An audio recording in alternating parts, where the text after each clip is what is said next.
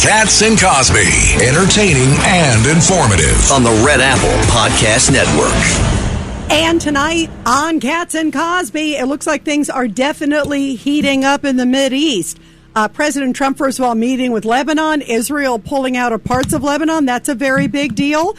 And also in the last few minutes. Is there something happening? Well, that's what we're wondering. Although it looks like it's part of a peace deal, that part.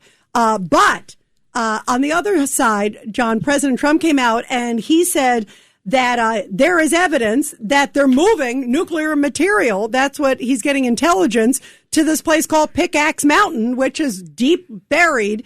And he said, you could tell, he said, there's nothing they can do. We're going to go and strike it. So he's already pulling no punches and saying we have information and we're going to be hitting it. And I'm telegraphing it now because Iran can't do anything. But any place that we see them moving, we're going to hit, and we're going to hit that site. So it looks like things are going to heat up pretty quickly, John. So it's getting interesting. Well, I mean, I'll tell you. In the studio with us today, Judge Richard Weinberg. We have Senator Borrello from Chautauqua County. Chautauqua County. George Borrello. Good job, John. And Craig Eaton from Brooklyn County. Yes, very nice, very nice. And we're expecting, hopefully the rain didn't get him. We're expecting Governor Pataki to come stop by and do his show with us. And we got a great show. It's been a big rain. Oh, it's been a dreary day. Oh, my God. It's been coming down cats and dogs. Oh, my God. It is pounding the air pressure. I don't know about you guys. My head feels like it's about to explode, but that's a whole other matter. It's like the temperature is just, it's too much. Now, let's go. I mean, we got the former Brooklyn County chair here, Craig Eaton, and we have the former chief executive of Chautauqua County, and now a state senator. Did you see he wanted to say that again, George? Judge Richard Weinberg. Well, what's going on locally? I mean, we're waiting for the governor, but what's going on locally that you think that people should know about, Senator? Well, you speak about local, and what the governor really has been doing is taking away local control in so many ways. She did that with this data center ban. By the way, as we talked about, I think on your show, she actually did this by executive order. Even though the legislature signed this, passed, I should say, a law to do a 1-year data center ban, she decided to do this as an executive order so she could change it at will. And she's already done it. She's already made an exception for the new Micron facility that's going up in the Syracuse area. So this is her way of wielding power for what will benefit her politically. So we start talking about what's going on locally. Locally, we are losing more control. Are you saying Micron made the contribution and then she changed it?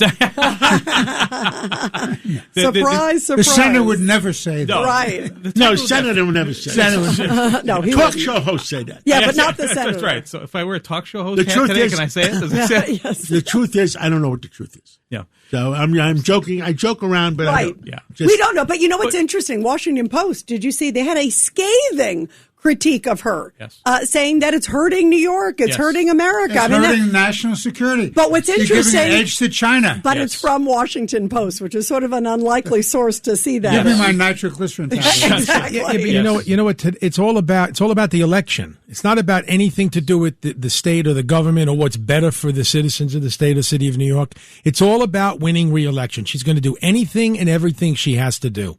Well, every candidate does that. Yeah, I agree. Right? I agree. No, I know, but to do it at the expense of New Yorkers. I know. Yeah, that's I know good point, Governor Senator. Hochul. She's a nice lady, but everything is fun in love and war. Is that what they say? Yes. I Yep, mean, fair, and right. it's going to be fair and fun. Okay, and this is going to be a tough thing. Bruce Blakeman wants to be governor.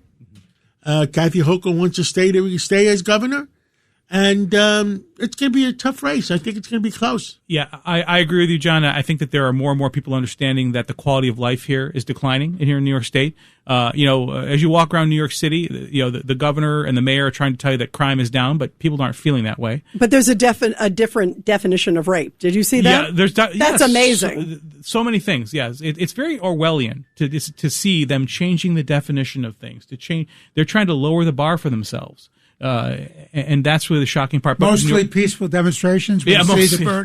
Yeah, exactly. But I don't think New Yorkers are fooled. That's really what it comes down to. By the way, can we talk about New Jersey too, you guys? Because this is a big deal that just happened. That Mikey Sherrill, the governor there, is acknowledging that hundreds of non-citizens voted in New Jersey elections since 2023. And she says that there were 6,000 that were wrongly added to the Garden State's voter rolls, and that 400 about non-citizens voted. What do you make of the timing of this, George? I don't know why we And don't also recall. Craig. I don't know why we don't recall the vote. The governor's wrote last year. I mean, Jack Ciattarelli was a good friend of ours, was a great candidate. We should do something about that.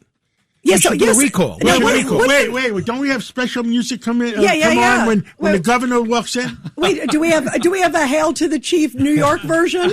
Do we have that? Maybe we have applause at least. Hang on, we have applause. We have applause. Hang on. There it is.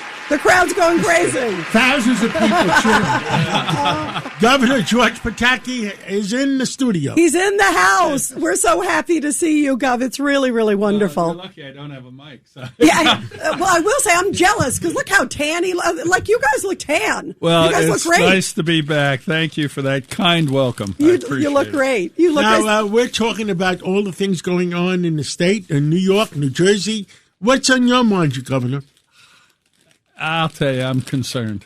You know, this is the greatest city and this is a great state, but year after year after year of things just not headed in the right direction, ultimately, they take their toll. So I'm concerned. But, you know, as you all know, I'm very much an optimist, so there's always hope. You know, it's not a failing of the people. It's a failing of the leadership, and hopefully things can change. Yeah, what do you make of the data centers? We were talking about that with Governor Hochul doing this 1-year moratorium. I mean, it's crazy. You know, it's the future, and it's either going to happen in America or it's going to happen in China, and it better happen in America. And you've seen states like Virginia have tremendous economic boost because of the data centers that were built there. And certainly upstate New York needs an economic boost. And I understand the concerns, particularly about the massive use of power.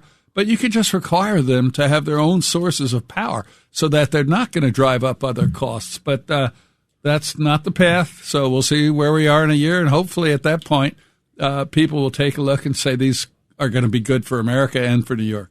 You know, we were talking about New Jersey. Did you see this about non-citizens, that it was 400 non-citizens? New Jersey is such a mess. It almost makes New York look good by comparison. It's really kind of sad what is happening there. And I heard Craig Eaton's comments just as I was coming in. And, you know, people run saying one thing and then govern doing the complete opposite. And I fear that's the case in New Jersey, and it's just unfortunate for them. You know, one of the things also that we'll talk about later with Professor Dershowitz, you guys, but the DSA, we've been talking about, there's been a little bit of a fracture, but it's a very minor fracture, as we were talking about. We can count them on one hand. John Fetterman, right? You got Donovan Richards, who came out the other day. Cuellar from Texas. Yep, and Cuellar from Texas. I'm trying to think of who. Carville is not even in the mix, but he's outside. Gottheimer from New Jersey. Gottheimer from New Jersey. Have we gotten to 5 yet? That's it. Oh, how about Josh Shapiro? No, he's sort of been back and forth. He's been a little waffling. He's waffling. I'll tell you, the Democratic Party has serious existential issues. Are they going to be the traditional liberal, centrist liberal party, or are they going to be a far left, anti-Israel, basically anti-American party? And that future is not decided yet. So I think they have a very real problem. I went to a cocktail party in the Hamptons, in Bridgehampton, over the weekend on Sunday. And there were a lot of Democrats there. And Jerry Kramer, who used to be Ways and Means in the State Assembly, is determined to bring the Democratic Party back to the normal Democratic Party. Well, he was chairman of that committee when I was in the State Assembly, and he's a Democrat, obviously, but a very good guy. You know, but I appreciate his efforts, and hopefully he succeeds. But the energy, particularly among the young people. And you know who he was addressing, standing next to him? Who was that? Speaker Hastie. Yeah. And interesting. I don't know what Hastie's doing. Are you following? Who's following Hastie? Well, I am following what's happening in Albany, and the Assembly, in my view, has been awful. You know, we have the no bail law. We have the inability to lock up people who will shoplift from the same store 20 times and be out on the street the same day. And it's been the Assembly that's blocked any sort of reform of this. And it's just really unfortunate for New York. And You know, it's so hypocritical. Oh, isn't it awful how expensive everything is? By the way, we're going to allow shoplifting. We're going to require extra security, but we're not going to arrest anybody. But we're going to blame you for the fact that things are expensive when, in fact, it's their failed policies that are driving up the cost of everything. And all the rent controls and all the rent regulations. How do you deal with the issue of supply and demand? We make it economically unfeasible to maintain your property. Well, they have a simple solution, which is government Take it housing. over. Take it over. Government take housing. it over. And look at how well the public housing in New York has gone. It's a model for the nation. Model for the nation. Violation after violation. No one wants to live there unless they have to. But that's their solution, more public housing. And it just hasn't worked anywhere in America, and it's not going to work this time either. What about some of the vitriol? I'm curious, all of you guys, what you think. And on the flip side, as we're talking about some of those guys, you've got also the extremes. You've got Hassan Piker, too, who was out talking to college Democrats the other day. You got Bernie Sanders, who was there with Abdul al-Sayed and AOC. And they literally came out and said, this was an amazing moment. They said at the rally, we are coming for you, establishment Democrats. Like, your day is gone, and we are coming for you. I mean, when you hear that kind of rhetoric, that's a pretty strong, they're not even like holding back and masquerading it. What does that mean to you? What do you think, George? Well, look, the Democratic Party used to be the party of the working class, the people that, who felt that this is a party that was uplifting and supported them. Now they've become, this aggressive, angry, violent group of people. The DSA nationally, I just saw a statistic, they have about 120,000 members officially, nationwide. How are they running the Democrat Party? This is the tail wagging the dog. And, and just like every other horrible dictatorship throughout human history, it starts with a small group, and then good people don't do anything. And that's the moment the Democratic Party is in right now. Yeah, and I know, to the governor's point, they're taking all the oxygen. You're right. By percentage, they're very small, but they're also a very vocal group. And they seem to be getting, big crowds with the young people. More than vocal, because I don't know if you follow, but the Wisconsin Democratic congressman, yes, who said he voted against aid for Israel, even though he supports Israel, because of the threats. Yeah, Adam Smith. Yeah, the yes. the fire that was set in his driveway, the threats to his family. So he caved in and voted against what he believed because of coercion. And that is not a democracy. That is something where you have an autocracy of the powerful and the violent. And I think that's what a lot on the far left would like to see in this country. That's why Golden, the Democratic congressman from Maine, decided not to seek re-election because of threats to himself and his family. And that is absolutely part of their plan and their model. They're intimidating people. AOC a few years ago threatened all of the state senators and state assemblymen that if you don't come on board with her and the socialism, that she was going to primary you. And she did a lot of primaries, although the good thing is she wasn't that successful, but it's that threat, that fear that she puts in the elected officials' heads that if you don't come on board, we're going to primary you, we're going to take you out. And that elected officials don't want to get taken out. Right. Well, how about on the night, I think it was Chevalier who won in New York. Do you remember the image of Hakeem Jeffries came up on the TV screen? Yes. And they all shouted in the crowd, "You're next, you're next." Yeah. It's like this lynch mob mentality, which is really frightening. It's particularly scary since this character, Piker, Hassan Piker, thinks that Mao Zedong was one of the most important political figures, governmental figures in history, and what a wonderful guy he was. How many millions of people did he exterminate? Yeah, very frightening. They're honoring the wrong people, that's for sure. Well, you guys... Well, we got to move on and see what the heck is going on in the rest of the world. Forget about Chautauqua County. Well, I never. Twice. He got it right twice now. I like that. 3 times.